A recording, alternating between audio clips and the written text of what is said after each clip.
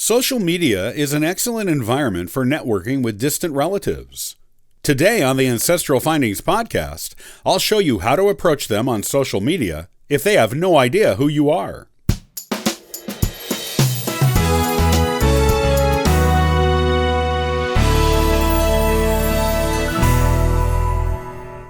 One of the most wonderful parts of modern genealogy is the ability to connect with distant relatives you've never met, but with whom you share common ancestors. You can meet these people in a variety of ways. Connecting on genealogy message boards is common. You might post a query or answer one about a certain family or individual. People who also have family connections to the family or individual will post responses, and you eventually may exchange email addresses with some of them. You can also meet distant relatives through matches on DNA sites and on online family tree sites like Ancestry.com, where you post a family tree and others with connections to that tree message you. Finally, you can do your own research and discover modern relatives from various branches of your family and seek them out on social media. In all of the other ways of meeting distant relatives online, they will normally be the ones approaching you, and will do so in a genealogical environment.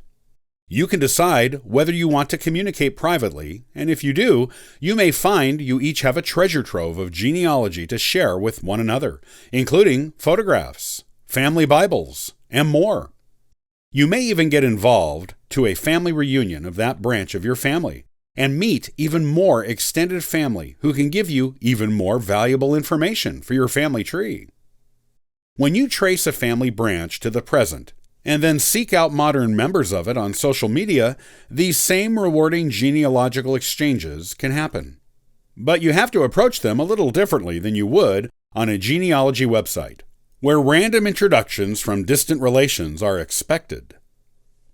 What makes social media different when it comes to networking with distant relatives? If you are looking for modern members of your extended family with whom to network, social media is a good place to do it. This is because so many people are on social media.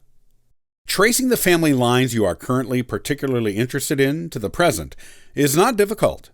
And if you've spent any time doing genealogy and using online genealogy websites and databases, you've probably done it.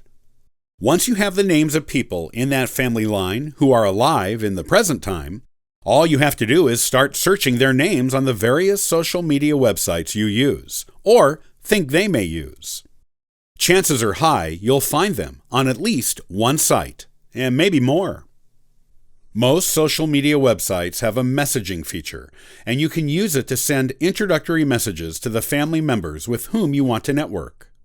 What makes social media different for networking with these relatives is that they are not expecting to hear from you, and likely have no idea of your family connection. To them, you are some random stranger who is contacting them for reasons that may seem suspicious. After all, we have all heard stories of people being scammed on the internet. Any message from a stranger is suspicious on these websites.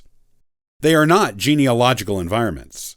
Therefore, you have to approach contacting them with care if you want to get a response and not be reported for spam. How to approach a distant family member for networking on social media. When you message a relative you've discovered through your own research for the first time, you should always put the surname of the family or the name of the individual ancestor in the subject line of your message. Also, use the subject line to indicate you are a descendant of this line too. Your knowledge of the family name or ancestor name will take some of the suspicion away before the relative reads the message. In the message, start by saying you are your family's genealogist and you are researching the family you are both connected to. Explain the research methods you've used to find this person and detail how you are related. Giving a brief family tree outline from your common ancestor is a smart idea. Then you can tell them what type of research you've done on the family so far, and let them know what you are hoping they can give you. This could be personal stories they know about certain ancestors, either firsthand or handed down to them. Missing information in your family tree they may be able to fill in for you, and photographs of ancestors they may have that you've never seen. Be sure to offer to share what you have in return. They may not be interested in genealogy, but if they are, offering to share information will make them more likely to respond to you, provide you with information, and even keep in touch with you as they talk to other family members from their branch to gather information for you.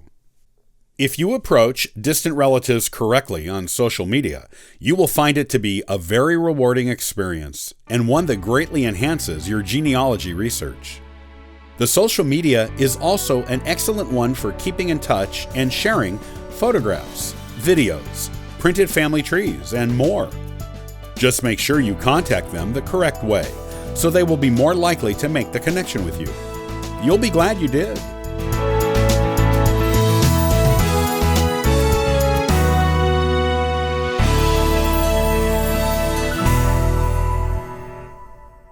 Do family tree websites work? The vast majority of them do, if you know how to use them the right way.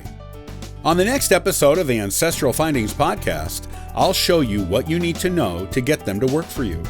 Be sure to check out ancestralfindings.com. There you can also download older podcast messages to hear again at your convenience. That's ancestralfindings.com. See you the next time here on the Ancestral Findings podcast.